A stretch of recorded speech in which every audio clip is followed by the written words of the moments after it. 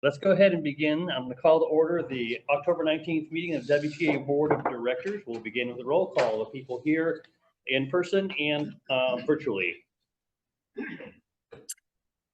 All right, Eric Davidson, it looks like is absent. Donovan? Here. Fleetwood? Here. Do we have Allie Hawkinson? I don't see Allie here. I'm here. Oh, you are. Oh, great. Thank you. I can't see who's in the room there. Huffman? Here. Cortez? Here. Lautenbach? Here. Lilyquist? Here. Sadhu? Here. And Darwin? Present. Thank you. Okay, great. Citizen communications. Is there any citizen communication we received in writing, or is there any member of the public who's here who would like to address the board? Not seen anything in writing. Vicky, did you get anything last night? No. Okay, we'll go on to board actions. These are both very similar. They have to do with setting the dates of public hearings for next month. First is consideration of setting a public hearing for the 2024 draft budget. Ms. Shipp, anything to say about this? Yes, we'll be asking the board of directors to set the public hearing for the November 16th meeting to receive public comment on the 2024 budget. And we will do a presentation shortly today on the strategies, the values, and the mission of the budget, support that with numbers. We will post the draft budget online by October 31st. And then we'll do another discussion about the budget at the November 2nd meeting. We'll have the public hearing on the 16th if approved, and then we'll ask for approval there if there aren't any public comments or questions from the board. If not, we'll defer approval to December 7th. Thank you, Shonda. Board members? I move we set the public hearing. Second. The motion before us set the public hearing for the next year's budget on the November 16th meeting. That's our second meeting in November. All those in favor signify by saying aye. Aye. Aye. All those opposed? Okay, that is approved unanimously. The next one is consideration of a public hearing for the 2024 service changes with informational presentation of options. So again, this would be for November 16th, but Tim, is there more to hear about this? Yes. So yeah, this is also to set a public hearing for the June 2024 service changes on November 16th. What we'd like to do is, I think it makes sense for you to approve setting the public hearing, and then we'd like to give you a brief informational session about some of the items that we've been discussing with the community and get your feedback. It's not an action item, but I think it might make sense to take action on the public hearing first, but it's at the board's behest. Board members? I'll move we set the public hearing. Second. Give it to Jen. Okay, we have a motion before us to set the public hearing for November 16th. This has to do with service changes that wouldn't actually take effect until June of 2024. Is there any further discussion? And again, keeping in mind, Mr. Wilder says we are actually going to be discussing service changes a little bit more, but this is just on the setting of the hearing date. All those in favor signify by saying aye. Aye. Aye. Aye. Aye. Those opposed? Okay, that passes unanimously. The meeting is set. So Tim, do you want to talk more about it today or at later meetings or both? Yeah, so what we wanted to do today is just kick off, give you some information about some items we've been discussing around the 2024 service changes with the community, give you a preview and enable you to provide us some feedback on that item.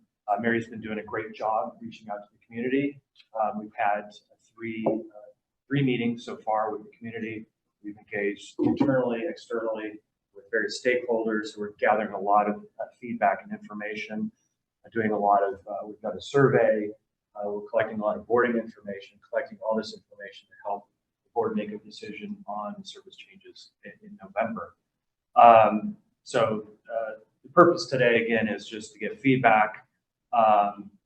We are presenting high level, I think, just to kind of frame what Mary's going to talk about is around the right level of service for communities like Linden. So I want to kind of think big picture that what we do today, we see this as serving as a model for other areas that may in the future get on-demand service like Linden. So we're trying to keep that in mind in terms of what we do.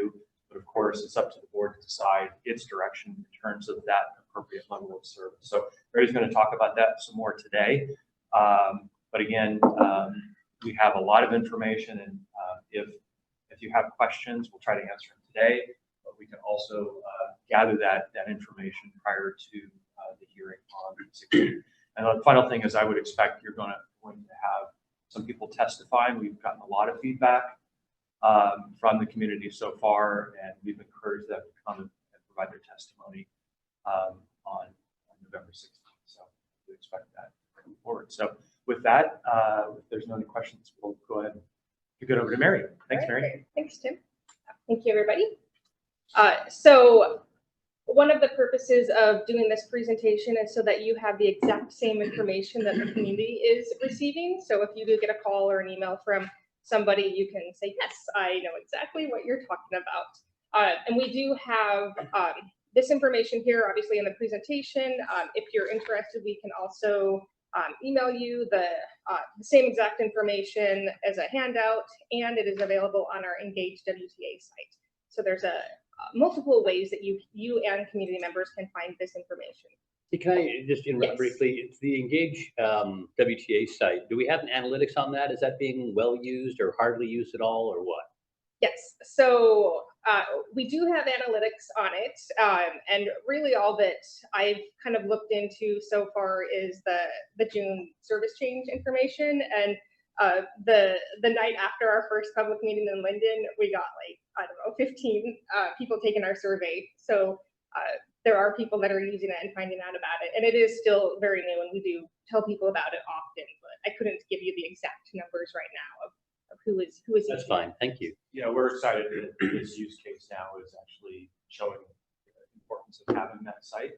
So we're really excited. It was slow in coming with their other long-range projects, but this one seems to be well utilized by the community. So we're really excited about having that tool. And we can share any analytics you need.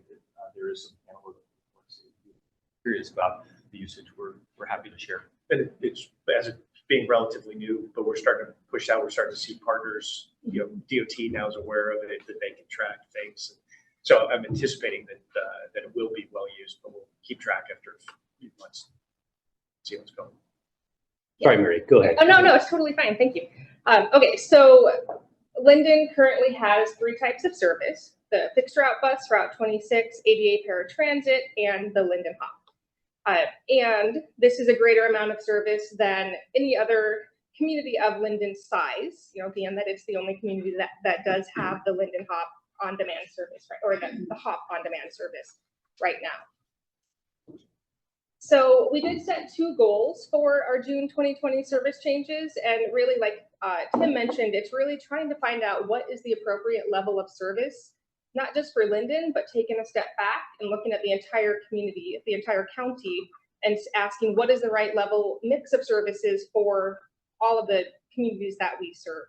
And then number 2 is to determine whether or not we will continue the Linden Hop, and if so, what is the best way to reduce service on Route 26, again, to balance those services. So here's some just kind of high level 2022 information about the different services that are in Linden. So you can see the boardings, Linden Hop, you know, a little over 13,000 total boardings, the Route 26, and this is for the entire route, you know, just over 56,000, and then paratransit. And for the paratransit, that's trips that are within Linden to Linden or start and end in Linden. So those were all of the trips that were had to do with Linden. And then you can see the cost per revenue hour for each of those, and then the cost per passenger ride. And this, I believe, was also shared when I did the Linden Hop presentation a few months ago. So hopefully is no surprise to anybody in the room or virtually joining us that the Linden Hop is a lot more expensive than fixed route. So if I can, Oh, yeah. paratransit went down when the Hop came in. So how does that factor into all this? Oh, so the Linden to Linden paratransit trips were reduced. So the number of Linden to Linden paratransit trips, yes, were reduced. And how does it? Are you asking like how does that factor into the budget or the yeah. boardings? Was it or? significantly less for those, or is it And how does that play with the Linden Hop effectiveness by reducing the paratransit? I think Yeah. is the- Oh, yeah, that's a great question. I don't remember the exact number off the top of my head. I have it in a previous slide, but I think it was enough that our paratransit manager went, whoa, when she saw how many fewer, right? I was like, I feel like that's significant. I'm remembering like 25%.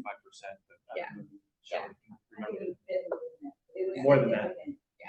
So Scott, what you're suggesting is that by reducing paratransit trips, there's sort of like a cost savings that has to be factored in. That's correct. So just one caveat around the number for Linden Hop. We discovered later, it does not include depreciation of the vehicles. Part of the reason is we had brand new vehicles. We're finding out we're gonna have to replace those next year. And so the cost is actually higher than what is shown here. So just keep that in mind, that it's gonna be closer to the fixed route service. Maybe not quite as high, but that's just a big caveat for you. Wait, can you? Oh, go ahead. Yeah, back up. What did you say about the cost being different than what we're seeing here? The cost of the Linden Hop, the time we developed the numbers, did not include vehicle depreciation, whereas the fixed route and the paratransit do include depreciation of the vehicles. And what we discovered was that the lifespan of those vehicles is very short. I think we're going to get 3, maybe 4 years out of those vans because they're not as heavy duty. They're putting a lot of miles. And so the cost would actually be higher now per revenue hour than what is shown here. And we don't know what that is, but it is. It's higher than these crazy high costs we're looking at already. Yeah, correct. Did the decreased ridership in paratransit cause the revenue hour and passenger ride to go up for paratransit? That's for the whole system, the 212. Oh, I guess that's your question. Oh, It's okay. not just for It the would. whole system. Oh, that is just. It is for Linden. It's just Linden. Yeah, well, that's, okay, sorry, so But the cost is the whole system. yeah, the cost Oh. is for the whole system, the boardings is Linden specific. Oh, okay. Sorry about that. Okay, should I move on? Any other questions on this one? But we don't know. It would have been less productive, so yeah, period. Less riders. Okay, that's, for ridership. The But you number can't really tell delta in is that probably number. fairly small. Oh, okay. So it wouldn't affect the overall number. Okay, so if we dive a little deeper into Route 26, we looked at the weekday boardings in, Could you oh, just sorry. familiarize where Route 26 goes? So people know? Yes, I have a map later, but I will. Okay. Okay, yes. It starts at the Cordata station, goes out Guide Meridian, and loops kind of all around Linden. And I'll show you a map in just probably like 3 or 4 slides. Thank you. Yeah, you're welcome. So for the first about 2 weeks of October, we looked at the weekday boardings for Route 26, Route 29, and the Linden Hop. And Route 26 had an average of 240 total boardings for the entire route. And then of those 240, 116 people, or not people, there were 116 boardings in Linden. And the thing that part of the reason we wanted to include this is to dispel the myth that absolutely nobody rides the fixed route in Linden. And so that you can see there are 116 boardings per weekday on the fixed route in Linden. So that I think is an important metric. And then of those, 53 boarded on what we call the East Linden Loop. And that's the area in East Linden, there's Line Road by the middle school, Aaron Drive, Homestead, Depot. And again, I realize now I should have had a map sooner, but it'll make more sense in maybe a minute. And then 2 people that boarded on the double ditch loop. And that's where, as it implies, double ditch. And then 124 people boarded along Guide Meridian or within Bellingham. And you can see the boardings per revenue hour, 7.8, and then the annual estimated cost for Route 26 is 1.2 million total. And then if we look at the Linden Hop for those same 2 weeks, weekdays, again, 60 average weekday boardings and 2.4 boardings per revenue hour. And then the annual cost of $830,000, which again, does not include depreciation. And then if we look at the Route 29, and the reason the Route 29 is included, as you'll see in just a minute, is that's tied to some of these service changes. That had an average of 64 boardings in October and 9.5 boardings per revenue hour. Do you want to explain the Route 29 where it just generally where it is? Yes, so the Route 29 serves the Cordata area. So it goes out Cordata Parkway, turns onto Horton Road, goes past Pacific Rim, and then turns onto Aldrich, up to Klein Road, and then back down onto Cordata Parkway through the Tremont neighborhood, and then back down to the Cordata station. And again, there will be a map in just a minute. And just let me explain the 26 and the 29 are what we call interline. 26 turns into the 29. We created that route a couple of years ago because we had extra time on the 26, and so we decided we wanted to serve Pacific Rim specifically with that route, and so that's the reason I think we created it a couple of years ago about the same time as we created Linden Top. Question. Mhm. So those ridership numbers, that's the one going through Cordata. That's not Linden numbers, or that's Cordata numbers. That's all combined. So for the Route 29, that Route 29 only serves the Cordata area, and that this metric right here is just for Route 29. The two slides previous showed Route 26, and that was for the entire route, 240 for the entire route, 116 within Linden. The entire route being Cordata to Linden. Yep, exactly. Yeah. Thanks. Okay, so now we're going to move on to the two alternatives that staff has right now. And there's alternative A, and that one would be continuing operating the Linden Hop, but reducing the service boundary. And I'll get into that in just a minute. And then shortening the alignment of the Route 26 so that it only operates as far as downtown Linden, and then discontinuing the Route 29. Okay, so here's a map that I promised, and I guess it's not super large, but so you can see, Cordata Station down here in the south, heads all the way out to out Guide Meridian to Linden. This loop, first loop here, that's kind of like a P. That's the double ditch loop, and then the East Linden loop over here. So the red dashed line, or just the dashed line, shows the areas that we're proposing in this scenario to eliminate the routing. And the considerations for this is that the people who are boarding on the Linden loops would need to either use a Linden Hop or another means of transportation to transfer to the Route 26 to then get down into Bellingham. And there would very likely be times that the Linden Hop could not or would not have the capacity to accommodate all of the ridership. Again, 53 people boarding in that loop on an average weekday, or they wouldn't be able to absorb that extra ridership in its current capacity. Is what I should say. And then this is the Route 29. So you can see the Cordata area again down here, the Cordata Station, the community college. So this area is also served by the Route 24.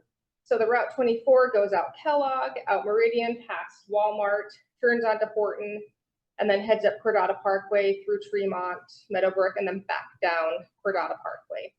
So the area that would be losing service in this neighborhood is the Horton Road, Aldrich, and Klein. And as Tim mentioned, the main reason that we added this route was to serve Pacific Rim. There, before Horton Road was pushed through to Aldrich, there used to be a little turnaround there right at Pacific Rim.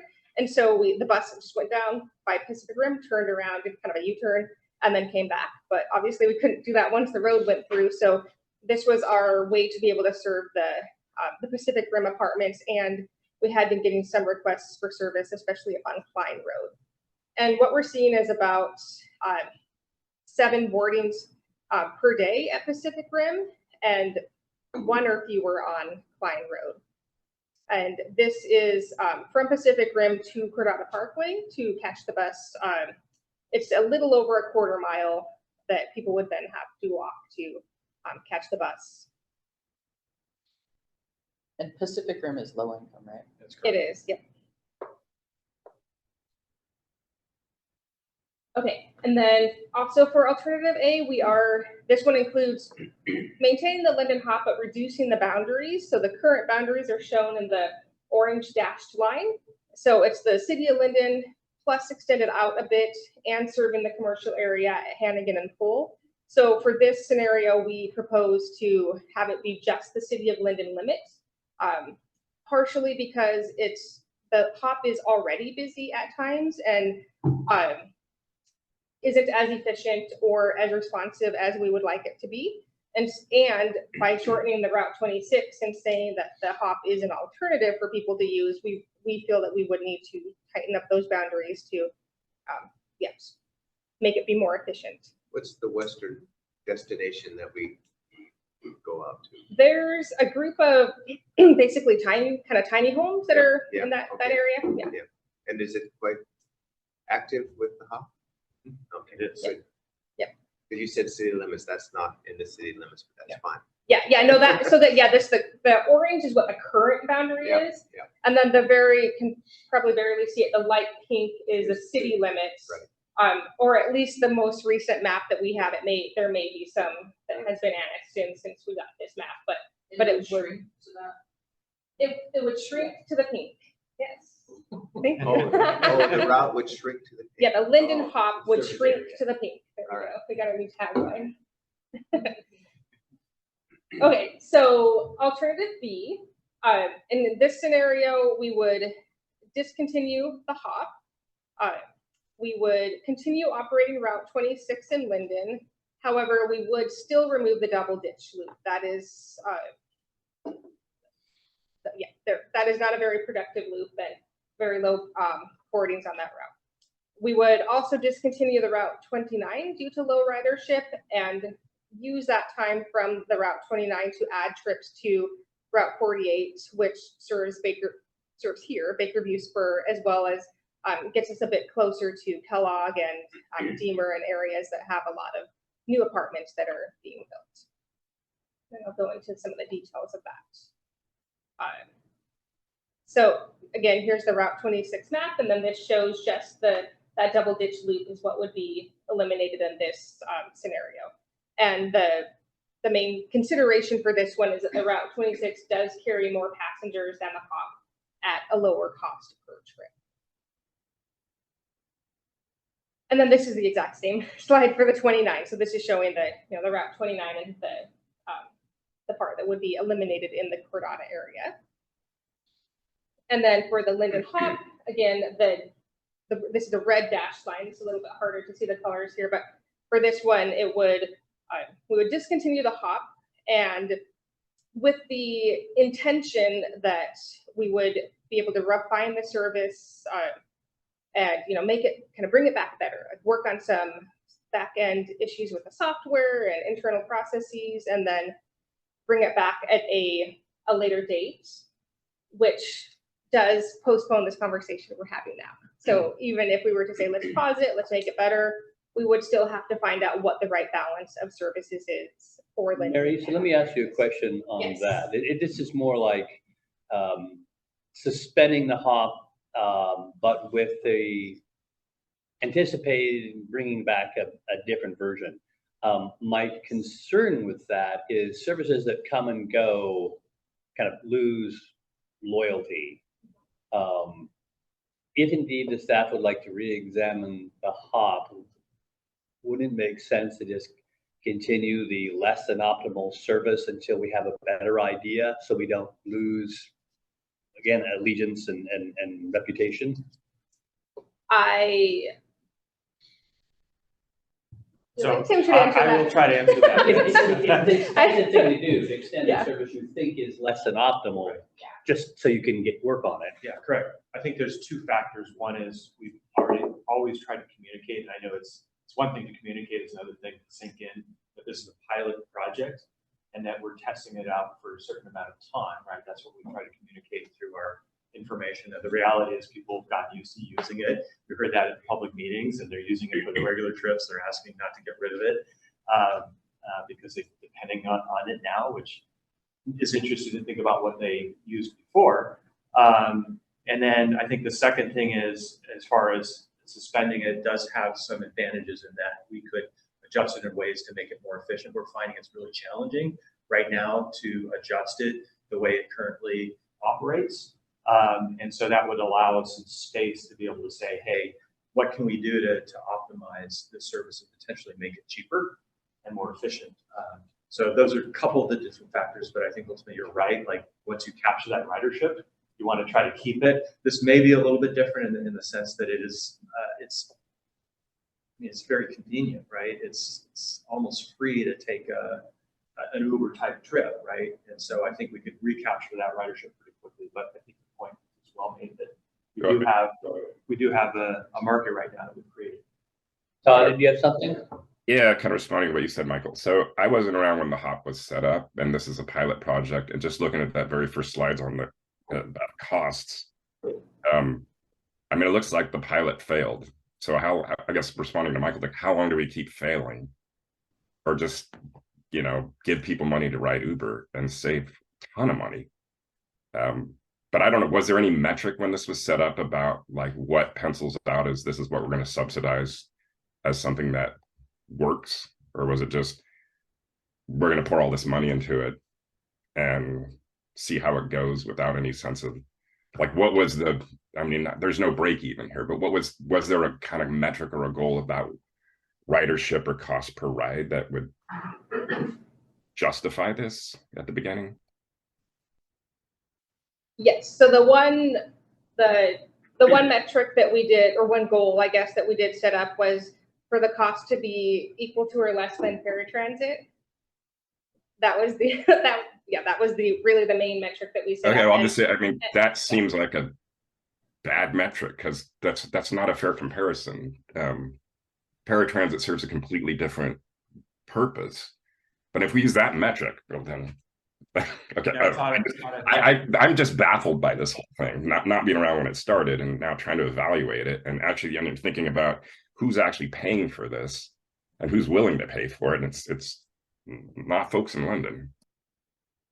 I think Todd was bringing up a good question about what are the metrics that we use to evaluate success. And I think I want to tie this also back to our service evaluation standards and just acknowledge we don't have specific standards for this on-demand service. And I think that's something that we want to seek guidance overall on as we begin to talk about on-demand in other areas. We do have the microtransit feasibility study in which we're going to introduce some ideas, but we're going to want to get the board's feedback on what are those specific standards. Is it some passengers per hour metrics? Is it, you know, on-time performance? We have these potential metrics, but we don't have anything formalized yet to have an evaluation. So in this case, we're using, you know, how popular is the service? How much do people like it? You know, the passengers per hour as compared to paratransit. Those are the only metrics that we have to share with you. But there are why did we pilot this in Linden? Like, why not Ferndale or Bellingham or someplace where it might? Yeah, what he said. No, I'm just kidding. Mary, do you have further slides that have to do with the finances? No, seriously. That was, why did we pilot in Linden? That's well, I kind of want to get there, Todd. I want to talk about, well, if you go back to the very, very first slide, there's that missing line, right? There is a option not on the board, which is what would it cost to try to serve all those Linden Hop people with big fixed route buses? Presumably that would be ridiculously expensive, right? And so I think the Linden Hop is compared against an option not on the board. How do you serve all those 13,000 people with fixed route buses? That probably would have been a very poor use of resources and bad money. So the Hop is cheaper than the option no one seriously considered. How do you serve those 13,000 people? If you serve them with fixed route buses, it'd be really, really, really expensive and dumb. But we could serve them with this. So this is cheaper than an invisible, stupid alternative. See what I'm saying, Todd? If our goal was to serve 13,000 people, what's the cheapest way? Maple Falls. I guess I wasn't around when this whole thing started. And I honestly don't get it. Can I just answer that, Mike? So I see your point, but I disagree too with how you're thinking about it, because those 13,000 people could get on Route 26. That's what I was thinking. And that's part of the issues, that can they get onto the Route 26? Mm-hmm. So you saying like, well, how can they serve on the, well, get them onto the bus. There you go. That's how it can be served. So I think that we don't need it's tough to put this into financial landscape because this is a new service, and to kind of break it off one way or the other. It's like, well, how do we want to best utilize our resources? And I don't know, Yeah, anyway, I just wanted to answer And that. how do we keep serving the people who have no other option? That's the people that I'm concerned about, not the people who are like, this is more convenient, or I don't feel like taking Route 26. And I feel like cutting out some of these things, that's cutting out the people who need it the most, right? Like, we had a conversation before about, the hop connecting people, and I'm glad that you guys brought that up earlier, connecting people to the route rather than taking them, all the way to where they want to go, because not everybody needs that. I'm curious, and I know that we went over these numbers, but I don't remember, the percentage of the people who use HOP that do qualify for paratransit and will still get service, versus the people who just won't have any other option. We will get you that information for the. And I know that we kind of had that information a We couple meetings have it, ago. we just don't have it. That's all. Perfect, thank you. Yeah, but yes, your point is well taken, Ally, that there are, if you look at the map of where the hop trips, the kind of origin and destination, many of them are along the Route 26. So it is that convenience factor, which of course, like, would you rather sit out in the rain and wait for the bus, or Right. have someone come pick you up on your curb? Like, I get it why people would want to choose a more convenient option. Well, and like that tiny house village that you said gets a lot of ridership, and we're cutting that out. Like, that's really concerning. Well, maybe another metric, like if this is a I see pilot. Jen raising her hand. Jen? Actually, can we stop sharing the screen so I can see everybody? Thank you. Go ahead, Jen, sorry. Give, Can't- can you hear me now? Now we can, thank you. I see quite a few hop riders at the senior center in Linden, and just to give maybe a little bit of perspective, for them, this is a much more approachable and kind of friendly alternative than trying to access the fixed route service. I know, several people have come in, and even catching the hop makes them anxious, and, it's something new and something they have to get used to. And I can see them not even attempting to use fixed route at all. And I don't know if they qualify for para-service transit. So I think, the hop does definitely provide in somewhat of an essential service for some people within the service boundaries of Linden. How often does 26 go? There It's are- every 60 minutes. 60 minutes. The other point I want to try to make is we typically, the ridership you see on fixed route is a quarter mile beyond the fixed route service. And so the lens here is that the access is broader with the Linden hop, but you can collect the entire community versus a quarter mile around the fixed route service. So to kind of get to the chair's point, like, you would have to expand the fixed route into different areas to get that collection point a little broader And make it more frequent.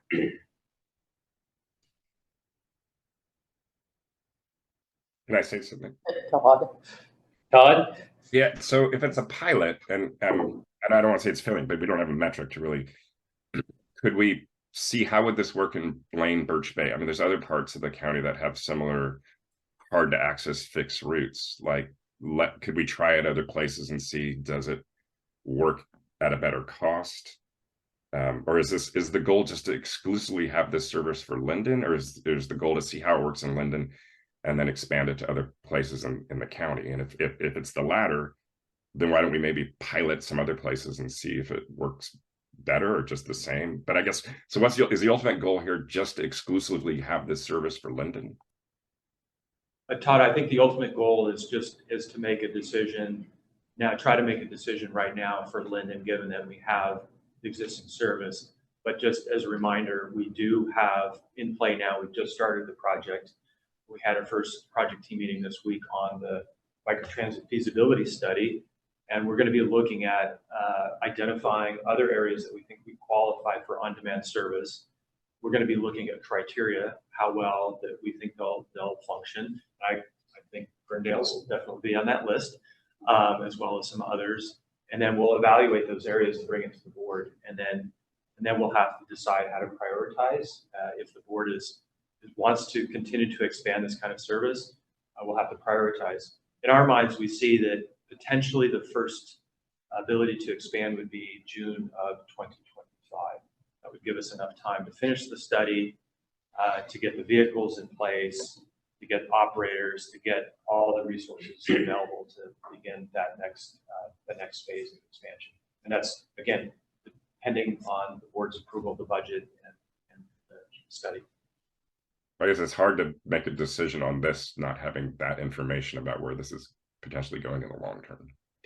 So one of the things to answer that question, Todd, is that, well, two things. One, in the budget for next year, we budgeted as if the service remained entirely the same decision space. So if there's a different decision, it reduces the cost on it. So it is budgeted if we were to preserve status quo, which I guess is really option C, is the no action alternative. Jen, sorry, Jen has her hand up. Okay, sorry. Yeah, I'm just wondering, do we have any comparables in other communities that operate a service like this? How much it costs per rider for them? We can certainly, Jen, we can certainly collect that information. We have done a lot of research. Mary in particular has looked at other communities. Many of these communities, just so you know, have a contracted service. There are fewer that do it in-house, so we're a little unique in that sense. So it's not going to be exactly apples to apples, but we can give you the cost per ride, the cost per revenue hour. We'll try to gather that for you for the hearing. And also just if they have the same level of ridership on with their on-demand, or if they have more or less, I think some of those comparables in other communities that maybe have been doing it longer than this would be helpful as well. Yeah. Scott? Oh, sorry. So I guess I like the hop and Linden. I probably lobbied for it when it started better than Ferndale. Sorry. I wasn't here. But I'm intrigued by option 2 that we would discontinue and look for more efficient ways. I guess I was hoping for more efficient ways when we did this. But I very much like the service for our community. And I guess cost is a big thing, but I do know, well, we do a TBD in Linden, and we've taken about 940,000 on 2 tents. So 6 tents is 2.8 million. If I add up the cost of fixed service, paratransit, and hop, it's 2.8 million, roughly the same as the sales tax. So I will say Linden's been subsidizing the system for years, and we're finally at parity. Thanks. Well done. Another thing that Scott had mentioned earlier is, the hop is a lot cheaper than paratransit. So, well, It's cheaper. I mean, 30% cheaper. it's quite a bit when we're, looking at a year's worth of service.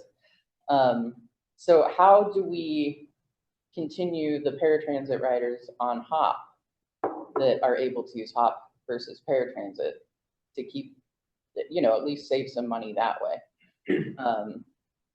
And yeah, I'm just going to keep advocating for bringing people to services that are outside of that service area, because those are the people that really, really need it the most.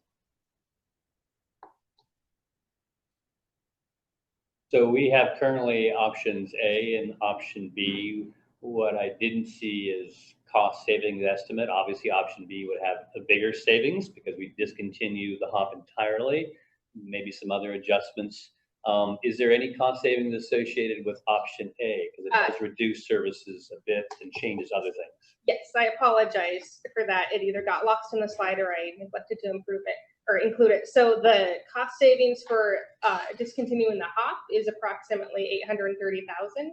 And the cost savings for option A, which is reducing the frequency of Route 26 and eliminating Route 29, is 837,000. So they're basically the same.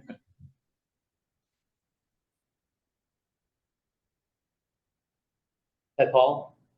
Yeah, I also rooted for this Linden Hop, so I just want to admit that. So we had to start somewhere, and we thought maybe Linden could be a good place. I think the underlying issue is the fixed cost is high, means the equipment and everything. And second thing is even the operator is also part of fixed cost. The person is there, so equipment and so many hours and all this. There's not enough ridership. I think the cost being high, if the same thing is 3 times or 4 times that number of people use it, it will be pretty reasonable price then, or at least come in our matrix that we were looking for.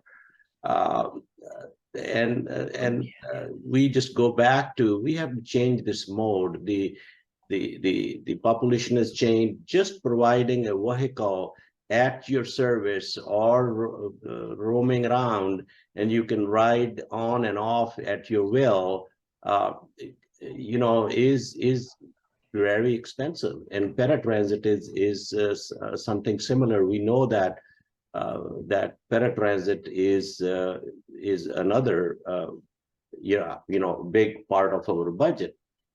So it comes down to that on-demand service, and that if we can hasten that and find out, or from other places find out that what can we do, or talk to all the WTA agencies together at the state level, that what are they doing about it? I think this is a burning issue, especially for counties like ours who are rural.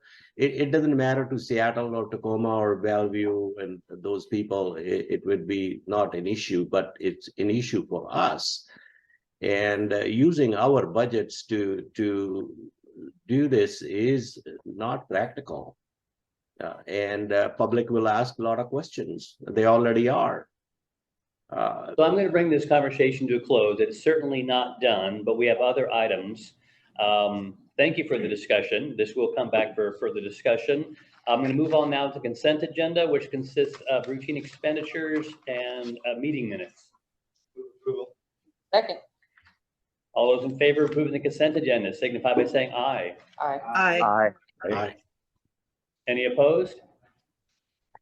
Consent agenda is approved. So we'll now go on to report to the board, which is the 2024 draft budget presentation.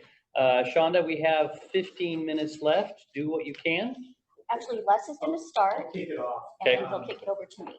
And then, as Shonda said, we've got this discussion. Then on the budget will be the draft budget will be released on the 31st. In time, we'll pick it back up on the 2nd for discussion, and then a public hearing on the 16th. The agenda for today is to talk about, as an introduction to the budget, the strategic foundations for it, the why, the how it was developed the way it was. Because as you probably heard the statement about don't tell me what you value, but show me your budget and I'll tell you what you value. And so we try to take that philosophy, we're trying something a little different, and try to make sure that we're resourcing to the strategies and policies, and being able to show that the budget's not just an annual appropriation to spend money, but rather is tied to long-term strategies of what we're trying to accomplish. So the intent of today was to talk about those strategic foundations and see if we are meeting that intent. So next slide, please. So the intent of this is the budget as a strategic implementation tool. As mentioned, we're trying to align the resources to the strategies and the policies while maintaining financial sustainability now and into the future, and then make sure that we're showing a way to deliver value to the riders in the community. Next slide, please. So, and yeah, next. So we go to the strategic foundation values slide, please. The next one. Thank you. So the values, these are the things that we were putting in as the values that we were trying to hit as we were developing the budget. As you'll see in here, we talked about WTA 2040, the 3 E's as our kind of tagline is connecting people to opportunities, continuing to maintain a safe and secure system for folks. We'll talk a little bit more about improving the transportation ecosystem. Essentially, that transit is a part of a transportation ecosystem. Most people walk or bike to the bus stop, then hop on and go. And so it's part of a broader system that works in conjunction with other transportation modes and improving that. Continuing professional development of our folks is huge as we try to develop continue to develop that. And then financial sustainability. And what we mean by sustainability is sustaining our core services, ensuring that we can withstand an economic instability and unanticipated emergencies, making sure that we're paying our financial obligations in a timely manner, and then positioning ourselves responsibly for the future. Next slide, please. So these highlight the priorities that. So in developing the budget, we had what our core priorities were, and then we had kind of tiered from there. So we needed to fund what our core priorities were, and then the next tier. Then, so if you look at our budget as what are those non-discretionary items that we have to have in there? So state of good repair is a great example, making sure that our buses are up and running, that we have sufficient people, those kinds of things. And then you have what's left as the discretionary funds to how do you then tier them to have the most effective spending to align with your resources. Next slide, please. And then just a reminder that with our mission hanging on the wall there to enhance our community, and then delivering it through these means and methods to do that. So trying to stick to those, so you can look at our budget and see how those things are being. Next slide, please. These are the outcomes that we were trying to drive towards in the budgeting here. One of the things that is kind of inherent in all these is reducing a friction to use. So how do we make the system easier to use? How do we make people want to use it? Much like in business, and you want to make your service or your product or whatever easy for folks to use. If you overcomplicate things, it becomes harder. People don't want to use it. So trying to keep that in mind as we go through and as we're looking at how you increase accessibility to locations and people filling those gaps in the service. Working with, back to the partnership thing, working with economic development to make sure that we're providing a service that enhances the economy and our community. One of the things that see a lot of greater rider independence, that's across the spectrum. There's many people who can't get around without WTA, and how do we make sure that we're creating a system that enhances that rider ability to get around is very key. I think Ali was highlighting that. Next slide, please. So I keep seeing safety. And that's more of like a perception versus reality thing, right? Like we don't have a ton of safety issues. It's more. Depends on your definition of a ton. Okay. It's an increasing problem, and that's why it's on this is kind of the why. It's increasing. It's not unique to us. It's across transportation and transit, not just here locally, but throughout the state and the country. So it is a point of emphasis. And it's an emphasis as well for our teammates as the operators and our route maintenance folks and those that are out on the front lines, that how do we create an environment? I mean, we can't stop some of the societal things that are going on, but how can we react to help mitigate those? So the board funding last year with the transit support officers doing, and that's where professional development, how do you do de-escalation? How do you do de-escalation from a sitting position? How do we enable from a technology standpoint ability to call if those things, so people feel safer on it. And it is I think we still have a very safe system, but there is a perception that is increasing. And so how do we? I also just add, you don't see what you prevent. So like when you think of maintenance and all that we invested for maintenance vehicles, you don't really see, oh, well, all that results in, you know, not breaking down. Oh, right, yeah. Things like that. And I think safety is a lot like that. You don't see what you prevent, but you invest a lot. Yeah, yeah. That makes sense. And I guess I was thinking more of like the safety that is constantly on social media, right? Like, oh, the bus is dangerous, or, you know, more than, yeah. Thank you. Yeah. Okay. Yes, sir. So the factors that go into this, there's a changing operating environment and expectations that are out there, and we talked about some of those with the Linden Hop discussion on that. And so what can we do as WTA to affect that operating environment to make it a better operating environment to do that? These are the factors that are going into that changing operating environment, and how do we keep a yes and attitude and approach, not a no because attitude and approach. So trying things, and Scott said, and Paul say that as well, and how do we do that? So to be effective on that, we have to recognize what the changing environment is and adapt. And you can't just keep doing the same thing over and over again and expect different results, particularly in a changing environment that is out there. And there's real opportunities for us to make a difference and an impact in people's lives to go back to that mission. And so that's what this budget's kind of designed to do. Next slide, please. And so heading into the highlights, wanted to show this very general overview, and then we have a by the numbers coming up in a little bit.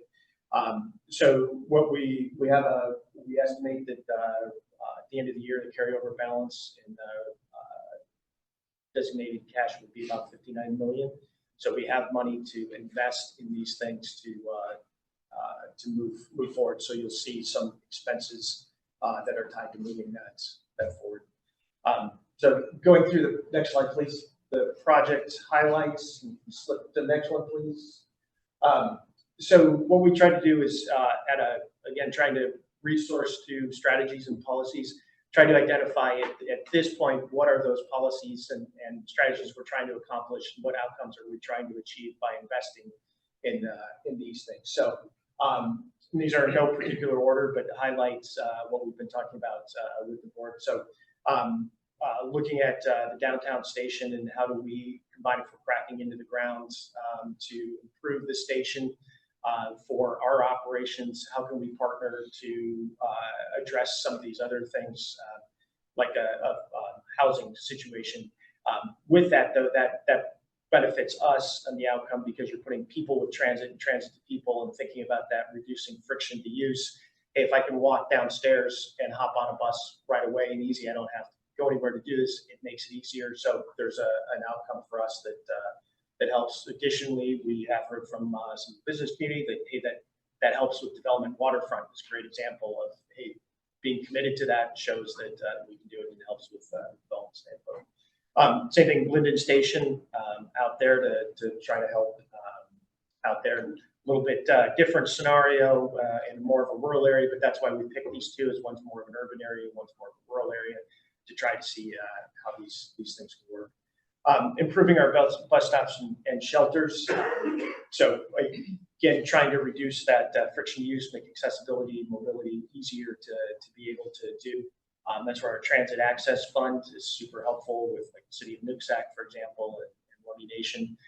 sidewalks so people that have mobility issues can get to the bus stop easier.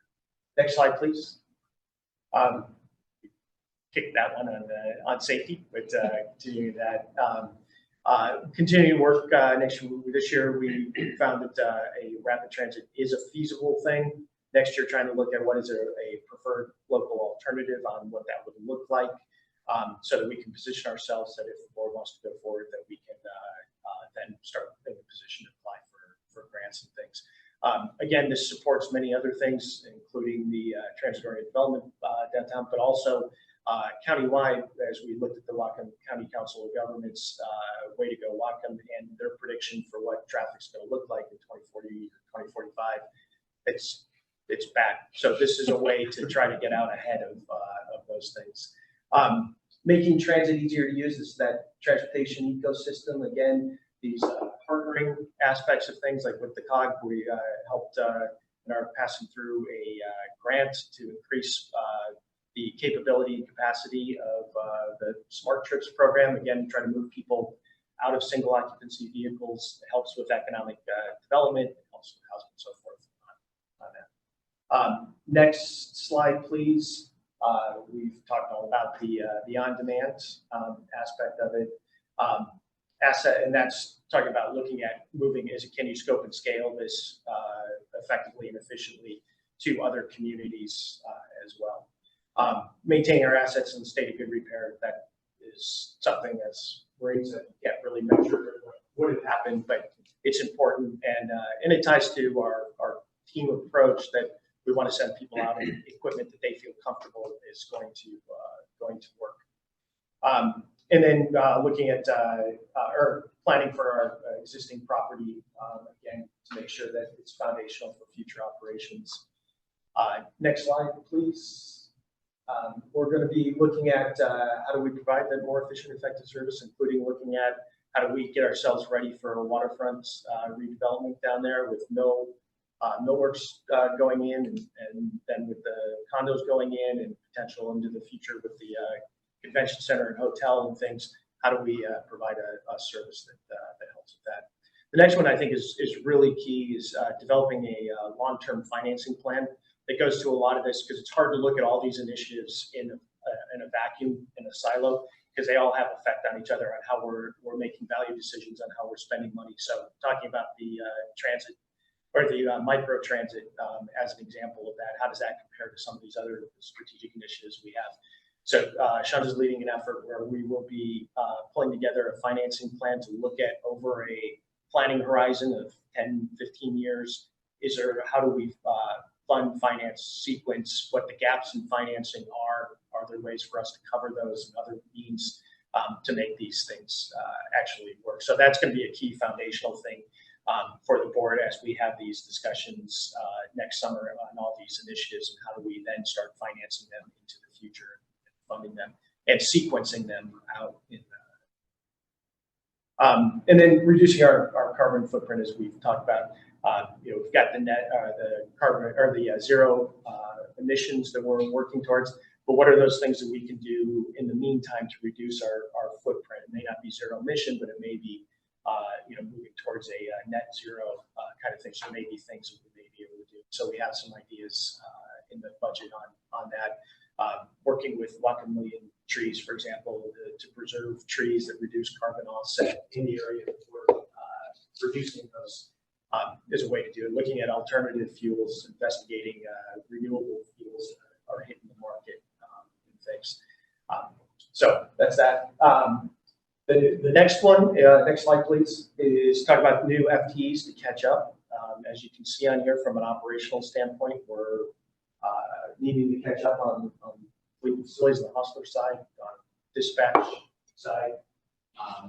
Then also public records has gone up 350% on that, and it's for some help on that one. And then information technology, which is really a force multiplier that we see we can bring on technology resources, but to efficiently and effectively use those and expand the capacity and capability, you need somebody who can help train on those, understand those things, and so we don't end up developing workarounds and not using the system to its most effective and efficient way to do that. The next slide would be by the numbers, and I see that it's 9 o'clock.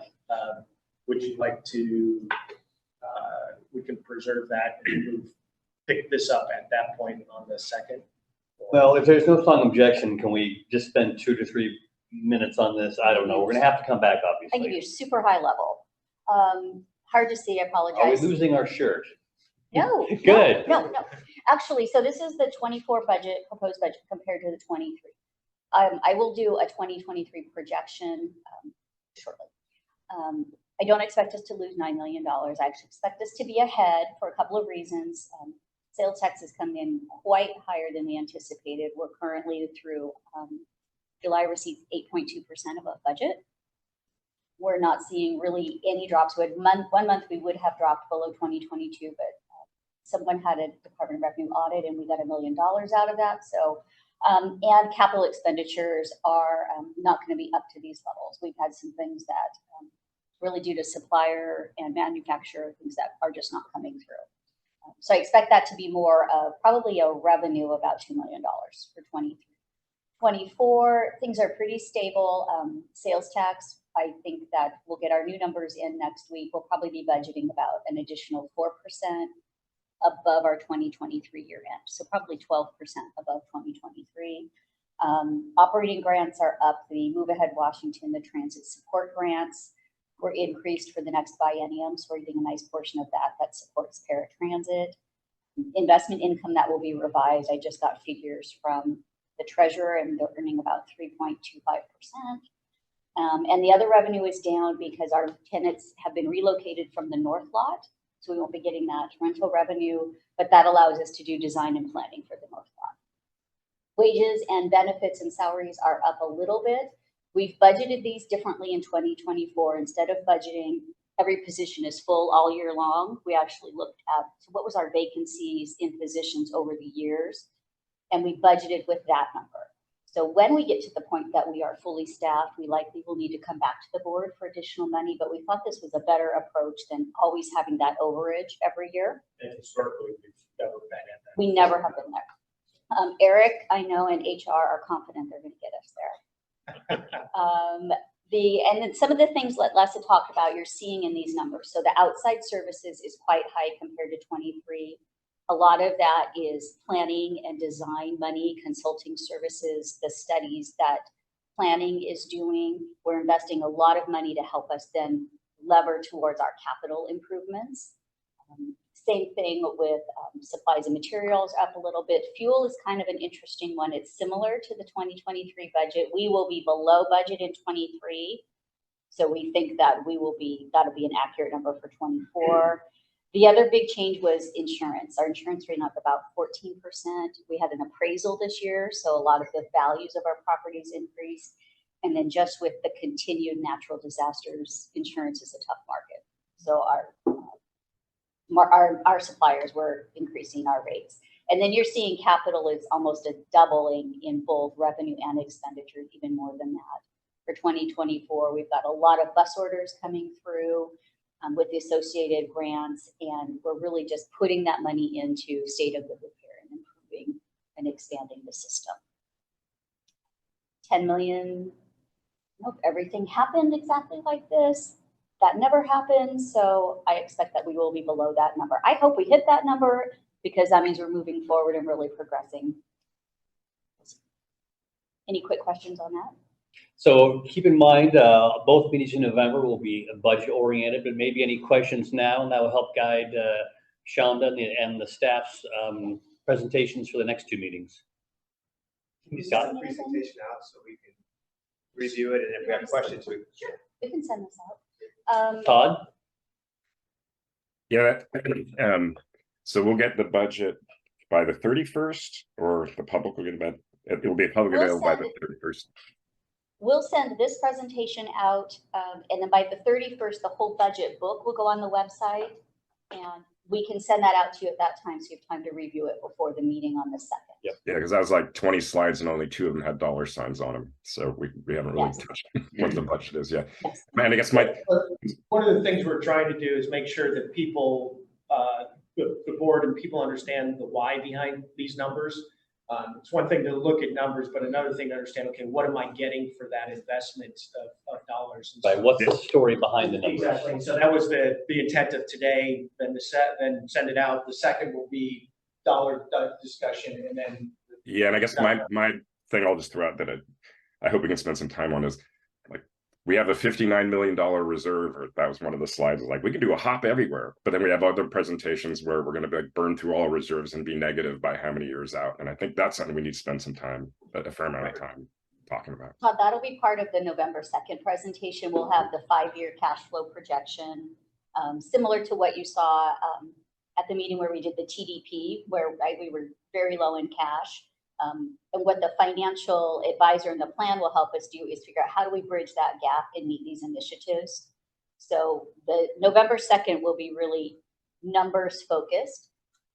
And so I'd appreciate questions at that meeting that you've come up with that as you looked at the presentation. That will really help us refine it. And we'll have the 16th as that opportunity. And if there's still questions and refinements, we'll go for the December 7th meeting. So any other issues that you would like any board member would like staff to be able to talk about at the next budget meeting? I appreciate the fact that Celeste, your presentation was very much long-term and forward-thinking. And so like Todd and like you were saying, Shonda, I would, not just looking at the budget for next year, but I would like a lot of kind of projections of anticipated trajectories just beyond the next year. Anything further on the discussion of this draft budget presentation? Is there any other business? Anything for the good of the order? Thank you, everyone. We'll adjourn this meeting. Have a good day.